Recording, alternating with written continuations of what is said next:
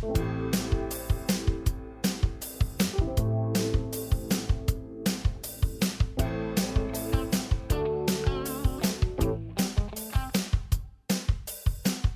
tal? Buenas tardes, ¿cómo están? Esperamos que muy bien. Muchísimas gracias por acompañarnos un sábado más en Civiequia Cepía, este espacio en donde conversamos del quehacer de los y de las profesionales de las ingenierías y de la arquitectura, y también conversamos, desde luego, sobre la atención de problemáticas a nivel nacional, sobre aspectos de mejora y una situación de la que hemos estado conversando bastante y que sobre todo también hemos visto en las últimas semanas está asociado a la Ruta 32, a la situación específica de sus rotondas y algunos aspectos de seguridad que incluso han motivado a un ciudadano a presentar una acción ante la Sala Constitucional, misma que ha sido acogida para estudio. Pero, ¿qué se puede hacer para mejorar la condición de la vía? ¿Hay opciones viables? De eso es de lo que vamos a conversar esta tarde con nuestros expertos. Voy a presentaros de inmediato al ingeniero Don Juan Vargas, que es experto en esta materia, expresidente del SUTIA. Don Juan, ¿cómo está? Buenas tardes. Muy buenas tardes, es un gusto estar aquí con ustedes y con toda la gente que nos observa por televisión y por redes sociales. Muchísimas gracias. Y también presento al ingeniero Don Mario Durán, que nos ha acompañado también y que es experto en materia de infraestructura vial. ¿Cómo está, Don Mario? Buenas tardes y muchas gracias por la invitación. Bueno, lo primero que quisiera que ustedes nos puedan responder es, ¿se puede solucionar la condición de inseguridad vial o de darle las condiciones de seguridad a la carretera en este momento? Sí, bueno, es importante decir que aquí tenemos una situación muy particular que no es común. La carretera, la ampliación de la Ruta 32, específicamente en todo este sector, estaba diseñada con intersecciones a desnivel que separaban los flujos vehiculares y facilitaban la movilidad de esos flujos y también el cruce de las personas en ciertos puntos de las intersecciones. Y por una determinada situación, ¿verdad? Se toma una decisión que nosotros hemos insistido, es una decisión política, no es una decisión técnica, en realidad no está basada en criterios técnicos, como podemos ver más adelante, que de alguna manera significa necesariamente una desmejora de las condiciones de calidad y de seguridad y las condiciones técnicas con que estaba diseñada la vía. Se toma la decisión de hacer unas, y hemos insistido también en decir que son unas mal llamadas rotondas. ¿Y por qué mal llamadas? Pues porque no cumple con las condiciones técnicas que uno usa para diseñar una rotonda y se han hecho unas intersecciones un poco adaptadas a las condiciones muy particulares de cada punto y que definitivamente están funcionando muy mal, ponen en peligro la seguridad de las personas que transitan por el lugar y bueno, ya sabemos que ha habido una gran cantidad importante de accidentes. La respuesta entonces a tu pregunta es, ¿se puede mejorar eso? Claro, claro que se puede, y no solo se puede, se tiene que mejorar. ¿Qué se puede decir desde el punto de vista técnico, don Mario, sobre incluso esta forma, que es lo que puede llamarnos la atención a los ciudadanos de primera entrada, quienes no seamos expertos en la materia? Vean, son varias cosas. En diseño vial y en ingeniería de tránsito hay un principio muy importante que nunca se debe violar la expectativa del conductor, porque no toda la gente que pasa por ahí lo hace de forma habitual. De hecho, por ser un destino turístico, pasan con poca frecuencia, 2, 3 veces al año, y entonces, acostumbrados a cómo es una rotonda normal, cuando usted llega ahí, eso no es una rotonda normal, entonces desubica al conductor, y por más que le pongan avisos 800 metros antes, y señales, que de paso está indicando que algo está mal para que tuvieran que poner todas esas advertencias, y aún así la gente no atiende, y en esas imágenes se ve muy bien, porque donde pusieron las señales anaranjadas, no es un carro que ha pasado recto, son varios. Y como decían ustedes cuando grabaron eso, hay un cementerio de bumpers, de todos los carros que han pasado recto. Entonces, que no reporten el accidente, como dijo el ministro, que solo ha habido un accidente, no quiere decir lo que realmente está ocurriendo en ese lugar. Vea que incluso a las señales anaranjadas que las pusieron y las barreras plásticas, donde la gente está pasando recto, tuvieron que ponerle material reflectivo, porque en la noche quiere decir que la gente no lo estaba viendo y sigue recto, a pesar de todos los dispositivos que están antes para que reduzcan la velocidad. Lo otro es que, ¿por qué no es circular? Porque el MOP se impuso una restricción que baja la calidad del diseño y es, no se puede salir del derecho de vía, o sea, no quiero expropiar. Entonces, como objetivo principal se pone terminar la carretera en tiempo para el tránsito de paso, cuando eso es una carretera que tiene 60 y pico comunidades a lo largo, Si ahí estuviera el paso a desnivel como debería ser, ese tránsito troncal pasa por encima y no tiene ninguna interferencia ni con la entrada y salida de vehículos locales, ni con los peatones, pero la forma de esa plazoleta es porque uno ve que hay varias entradas que no convergen en el mismo punto, e inclusive el vehículo que se ve que entra en contravía es porque esa solución no dio acceso a aquella calle donde el vehículo continuó. ¿Y por qué él hace esa barbaridad de ir contravía? Porque si no tiene que ir no sé cuántos kilómetros y luego volver esos kilómetros para poder entrar. Entonces la solución ni siquiera atiende las necesidades del tránsito local, ni de los peatones, ni tampoco del tránsito directo.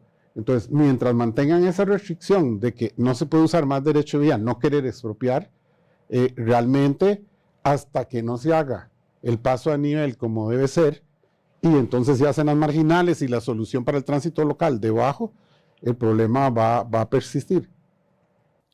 Hay, tal vez para agregar, porque las tomas son muy sugerentes, y bueno, nos imaginamos que ustedes estuvieron ahí un pequeño rato, pero vean la toma que se ve en este momento.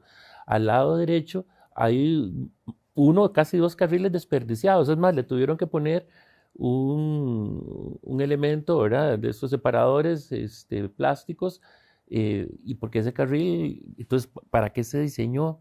¿Quién lo usó? ¿Por qué no está en funcionamiento? Pues obviamente eso le dice a usted que hay una separación entre lo que la persona que diseñó hizo y lo que está operando en la realidad. En la toma también, que es una toma bastante impresionante, ¿verdad?, que ahorita vamos a ver, que es donde se ve el carro que viene en la rotonda y sale en contravía, y que ustedes nos comentaban que cuando estaban ahí vieron que ese mismo movimiento no lo hizo que estamos viendo ahora, no lo hizo únicamente ese carro, sino que ustedes vieron 3, 4 carros que hicieron el mismo movimiento. Pero si usted ve desde atrás, no hay ninguna salida hacia la derecha, no hay ninguna indicación expresa, ninguna facilidad para la gente que está hacia la derecha. Y si ustedes en un ratito vieron una cantidad importante de carros haciendo ese movimiento, quiere decir que hay muchos carros que lo hacen. Uno puede estimar fácilmente que será una salida importante, que tiene que haberse medido el tránsito que estaba ingresando y saliendo de esa salida, y con base en eso haber hecho entonces una solución a la hora del diseño. Si no tiene ningún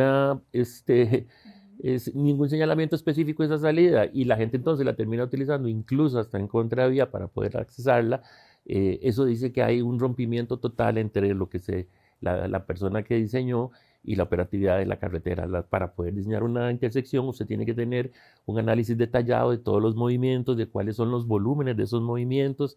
Eso se analiza según eso, se calcula y se llama el tránsito promedio diario, que usted saca el tránsito promedio que hay en cada uno de los accesos a la rotonda, a la intersección, perdón, y cuáles son los movimientos de giro derecho, de giro izquierdo. Nada de eso se ve que haya estado aquí analizado de previo para poder implementar esa solución. Obviamente esta es una solución hecha pues de emergencia, sin un conocimiento detallado de lo que estaba ahí. No pareciese haber estudios técnicos, el ministerio ha insistido mucho que tenía un estudio técnico, pero a la hora de la operatividad no hay una correspondencia entre un estudio técnico bien hecho y lo que estamos viendo, cómo están operando, cómo se están construyendo, y necesariamente eso tendrá que corregirse. Una rotonda bien diseñada debe ser centrada con respecto a la carretera. Esto para cada acceso, no es que no se centran todos igual. ¿Y por qué es que debe venir como en ese ángulo de 90 grados? Porque es un obstáculo que obliga a frenar. Pero en este caso, como limitaron el tamaño de esa plazoleta al derecho de vía existente, cuando los conductores están llegando prácticamente tangencialmente. Entonces, el diseño está invitando a no. Siempre que usted tenga un diseño geométrico, la rotonda ya no funciona como obstáculo. Véalo en una y otra toma, la gente está entrando prácticamente recto. Entonces, el diseño geométrico no puede ser excéntrico, o sea, que el centro del círculo esté corrido, porque es una invitación. Entonces, tras de que ya la configuración es extraña, pero por su geometría está invitando en ese acceso donde pasan recto. Los dispositivos lo hacen reducir la velocidad y más bien cuando llega a la rotonda, como se vio el camión pesado, más bien comienza a acelerar. Incluso se ve cómo patina con el pavimento mojado cuando trata de frenar porque venía otro carro. Entonces es un defecto total de diseño. y esa restricción del derecho de vía es la culpable de que no haya una geometría como corresponde. Ahora, para tratar de solucionar esta situación que ya ustedes explicaban técnicamente cuál puede ser, evidentemente pero tendrá un costo adicional, evidentemente habrá tiempo, pero yo sé que los tiempos aquí son complicados, viendo incluso aspectos de expropiaciones, pero con lo que mencionaba Don Juan, la mera de que se ven algunos otros espacios que no están siendo utilizados, partiendo de que quizá no se pueda expropiar a una velocidad tan rápida y que hay una necesidad imperiosa de que la ruta tenga mejores condiciones, que es lo que a todos nos parece, ¿cuánto tiempo podría llevar la eventual solución de esto, de reparar estas rotondas? Ok, aquí hay dos consideraciones que son importantes. Cuando se aprueba el crédito de esta carretera, que es un crédito con el Exim Bank de China, se estimó en aquel momento, en su momento nosotros como colegio incluso, dijimos claramente que no teníamos claro de dónde salían los cálculos porque no había un anteproyecto, no se podía sacar un análisis detallado de costos, pero bueno, se hace la negociación con el Exim Bank de China sobre aproximadamente 470 millones de dólares que ponía el Exim Bank. Había una contraparte que tenía que poner el gobierno costarricense, que era aproximadamente 100 millones de dólares, y así se inicia el proyecto. En este momento ya la plata que del crédito chino, que es un monto muy, muy pequeño, aproximadamente 30 millones de dólares, que están todavía por ejecutarse, pero que además están en pleito porque la empresa china está solicitando el reconocimiento de una serie de obras que el ministerio todavía no le ha aprobado, y la realidad es que finalmente para poder terminar la obra en las condiciones que tenía el diseño original deben faltar unos 120, 130 millones de dólares. Al menos la contraparte que tenía que poner el país, que parece ser no la ha puesto, y si la puso en algún otro tipo de obras que no se ven o no se conocen, pues deja en este momento para terminar la obra en las condiciones para las cuales se diseñó originalmente, hay que conseguir ese dinero. Y entonces ahí sí entra un tema que ya es más político. Por ejemplo, el gobierno anunció relativamente recientemente que para San José San Ramón, que eventualmente se detuvo también en esta administración completamente, estaba buscando un crédito de 700 millones de dólares con el Banco Centroamericano de Integración Económica.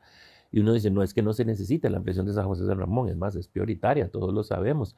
Pero antes de salir a buscar los 700 millones de San José San Ramón, deberíamos buscar los 120 que se necesita para terminar esta, que ya está en un porcentaje de avance muy importante. Que además es una vía de primer orden porque va hacia nuestro principal puerto y gran parte del 70% de las importaciones y exportaciones del país pasan por esa ruta. Ni se diga todo el potencial turístico y la fortaleza turística que tiene esa zona, que es uno de nuestros principales ingresos como país. Entonces, claro que también es prioritaria y primero lo primero, hay que terminar esta como corresponde antes de salir hacia lo demás. Entonces uno no entiende cómo no se han salido a buscar los 120 millones de dólares que hacen falta para terminar esta rotonda, esta carretera como corresponde. Entonces, en atención a su pregunta, sí, claro, hay que buscar esos recursos adicionales y bueno, se necesitará el tiempo que se termine para poder terminar la carretera y particularmente las intersecciones en el nivel de calidad que corresponde, pero es que no son solo las intersecciones, también están haciendo falta una gran cantidad de puentes peatonales que unen partes de comunidades que quedaron completamente separadas, bahías de autobuses, aceras y un montón de elementos que son básicos de seguridad vial, sobre todo para la gente que vive en la zona, que no se están construyendo, que se están dejando de hacer y que son fundamentales para la seguridad de todos los ciudadanos de la región. Hacemos la pausa y regresamos para seguir conociendo detalles sobre las mejoras que deberían implementarse en la Ruta 32.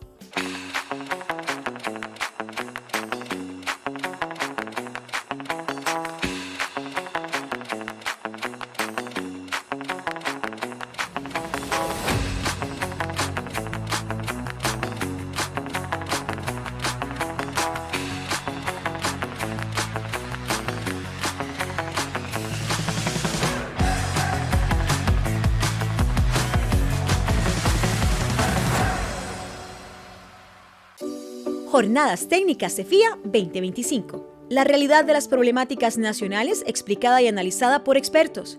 Organiza el CEFIA y sus 5 colegios miembros.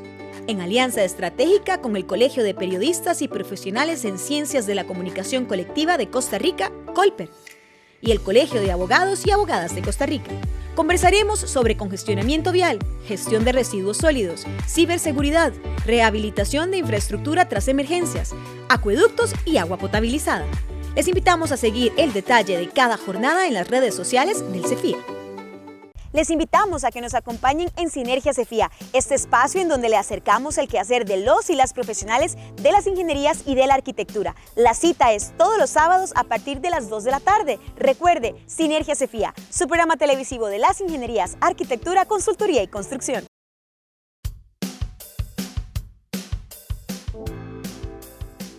Tal vez ahora nos centramos de forma particular en las rotondas por la situación coyuntural que se ha presentado por los lamentables accidentes que también se han suscitado, pero es cierto que en otro momento, y recuerdo, don Mario, específicamente que también hemos hablado de eso, de otras condiciones que han tenido y de que hay también ejemplos y hay evidencia de otras rutas en el país en donde hay situaciones similares de atención de puentes peatonales, de islas y de otras condiciones más que uno podría pensar que esta es la experiencia, por lo menos en las decisiones políticas que se pudo haber tomado y que en la técnica, pues no solamente la experiencia, sino lo que dice precisamente qué hacer de los profesionales.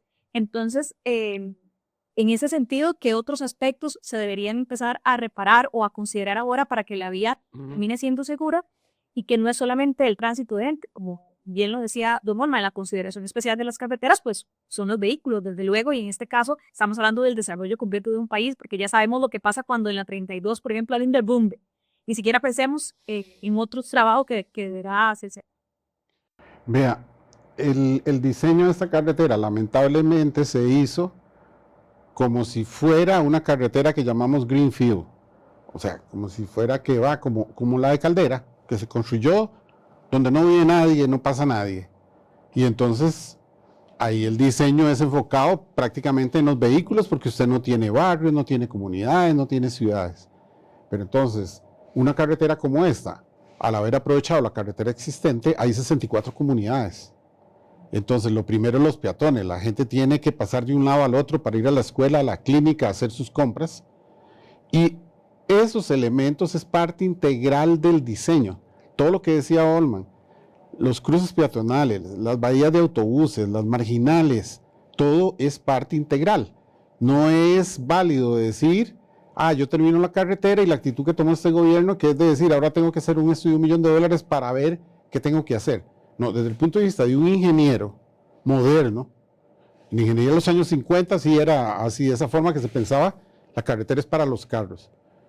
En ingeniería moderna, todos los elementos de medio ambiente, seguridad vial, son intrínsecos. Un bus que no tiene una bahía para buses va a significar un bus parado en medio de la carretera con carros que vienen a 100 kilómetros por hora. Pero se le ha querido dar un tratamiento como si se necesitan más estudios. Inclusive me llama la atención, van a Mideplan a inscribir los proyectos. No, eso es parte del proyecto. Es como si se le olvidó poner una alcantarilla. Entonces tiene que poner la alcantarilla y va a ir a Mideplan a pedir permiso. Ahora, afortunadamente el actual ministro reaccionó y ya nos anunció que va a dedicar $30 millones de presupuesto CONAVI el año entrante. Pero la cantidad de pasos peatonales que faltan, con los 10 millones que los diputados le aprobaron recientemente del fondo de avales, se van a hacer 15.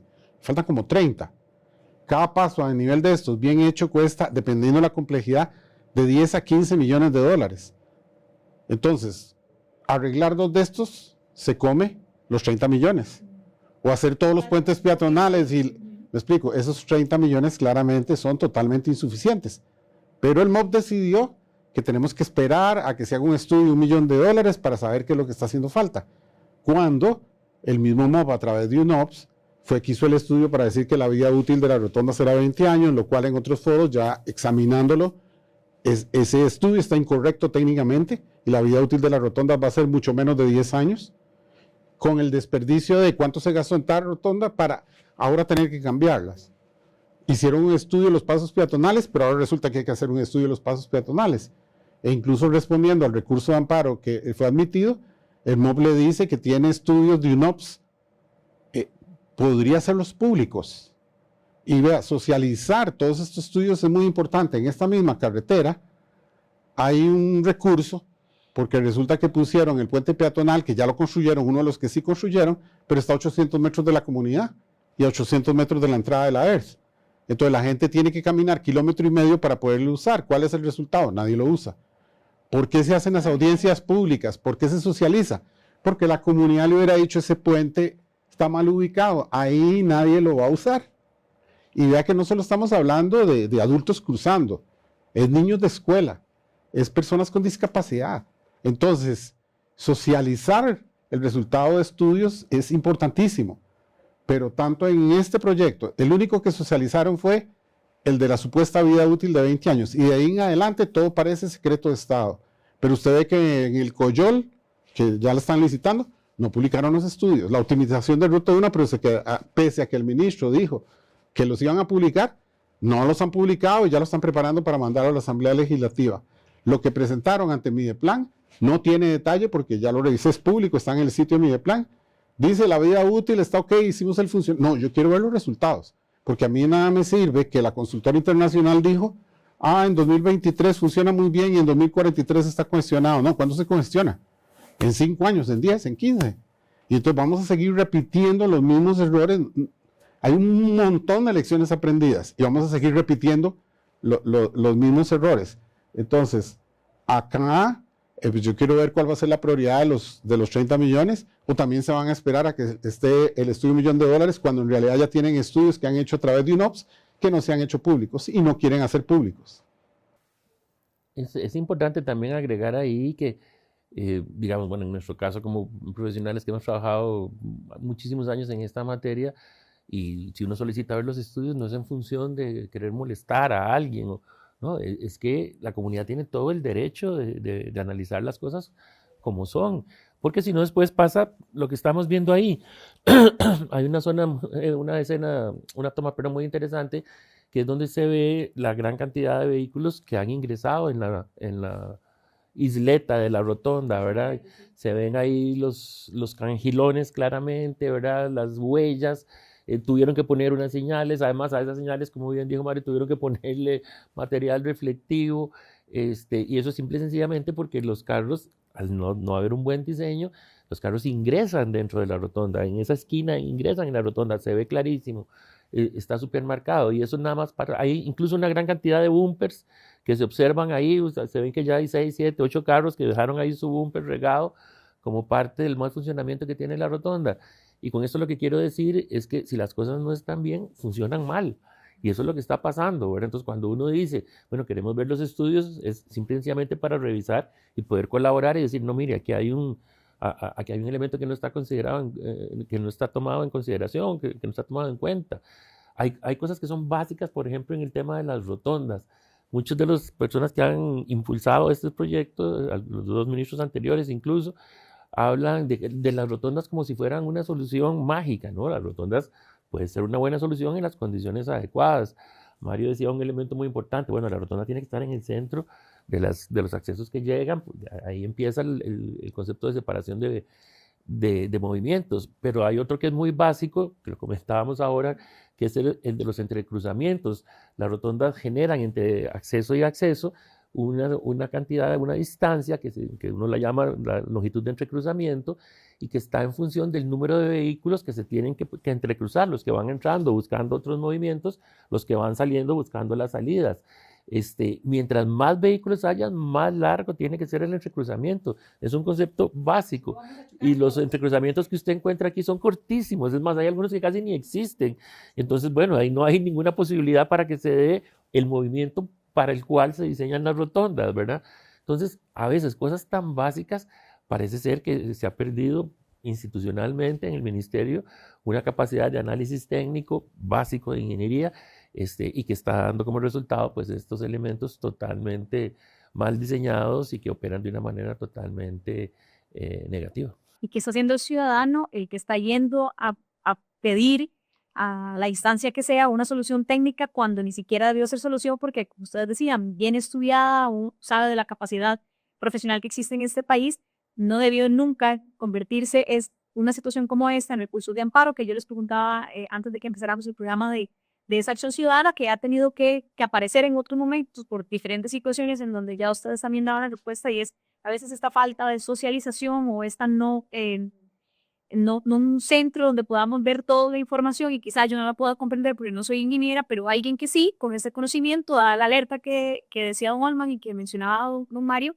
y que evita entonces que el ciudadano tenga que ir a recurrir ante esta situación, que aunque está en todo su derecho, pues esta es una solución que debería haber quedado precisamente en un buen diseño y en una buena obra. Ya nosotros al cierre yo les agradezco muchísimo el espacio, pero sobre todo quisiera la conclusión después de lo que hemos visto, de lo que ha pasado a lo largo de este proyecto, desde su génesis y las advertencias que se hicieron desde entes técnicos como el Colegio Federal de Ingenieros y Arquitectos, y que estamos viendo después de tantos años la materialización del proyecto con las situaciones que se están presentando ahora y que esperamos que queden hasta aquí, y si no, pues si habrá otras que solucionar, que también sea el momento de ir pensando en ellas para cuando se vuelva a intervenir la vía, pues hacerlo de la forma correcta y que los proyectos queden bien hechos en nuestro país. Empiezo con don Mari. Sí. Vean, cierro diciendo, concuerdo con Olman, que los criterios, las decisiones que se tomaron para hacer esto fueron políticas, no técnicas, y la mayor prueba de ello es que la NAME hizo un informe bien completo sobre la geometría, explicando todo, y en la respuesta al recurso de amparo, el MOB dice que ellos tomaron en cuenta las recomendaciones de la NAME. Entonces uno dice, ¿leyeron el informe? ¿Cómo dice que el informe de la NAME lo aplicaron en el diseño? Cuando la NAME está diciendo que ese diseño, que estamos viendo, el que está operando, es ineficiente, es inadecuado, y entonces la única respuesta es porque es una decisión política, no es una decisión técnica. Yo quisiera cerrar con dos cosas. Una que me parece importante aclarar, y es que las tomas que ustedes hicieron fueron tomas totalmente, no habíamos hablado nada hasta ahora, las estamos viendo nosotros, pero bueno, ustedes se encontraron lo que ya nosotros de alguna manera en otros foros hemos dicho claramente, habíamos previsto de qué iba a pasar, insistimos en eso, fuimos hasta la Asamblea Legislativa, hablamos con los señores diputados, se los dijimos, y bueno, ustedes simplemente vinieron a demostrar lo que era obvio que iba a estar sucediendo, pues por los grandes errores que tiene esos diseños de las intersecciones de la 32. Pero además una cosa final referido a lo que dijiste sobre el tema del recurso de amparo que ha presentado un ciudadano, que la Sala en ese momento lo acogió para análisis y que está en estudio sobre eventualmente cuáles son los errores técnicos que hay ahí. No puede ser que los ciudadanos tengan que terminar recurriendo a la Sala Constitucional a presentar un recurso de amparo para que solucione un problema de esto. Eso lo único que dice es que hay un error de base conceptual técnico de la institución que ha tenido a cargo este proyecto y de las decisiones que se han tomado. Eso así habla muy mal en realidad del Ministerio de Obras Públicas y Transportes, que es una institución, trabajé muchos años en ella y le tengo muchísimo aprecio, pero no puede ser que el ministerio haya llegado a ese punto que tenga un ciudadano que tener que ir a poner una acción de inconstitucionalidad para que se tomen las medidas correspondientes para corregir errores tan graves como eso. Eso no puede pasar y no debe volver a pasar. Les agradezco muchísimo a los dos el espacio, de verdad que este es un tema muy importante, con lecciones más que aprendidas y sobre todo con mucho trabajo por hacer, que es lo más importante, ¿verdad? En pro de el bienestar de quienes utilizamos la vía de forma directa o indirecta, porque al final, como hablamos, ¿verdad? Esto es una cadena y que también en este país los proyectos puedan avanzarse y realizarse siempre con esta óptica y con este valor técnico que es el más necesario y que pues queda una vez más demostrado que sí hay que debe privar cuando hay que tomar decisiones de ese tipo técnicas. Don Mario, don Olman, muchísimas gracias por habernos acompañado. Un gusto. Muchas gracias. Muchísimas gracias también a ustedes por habernos acompañado un sábado más. Nos vemos dentro de 8 días.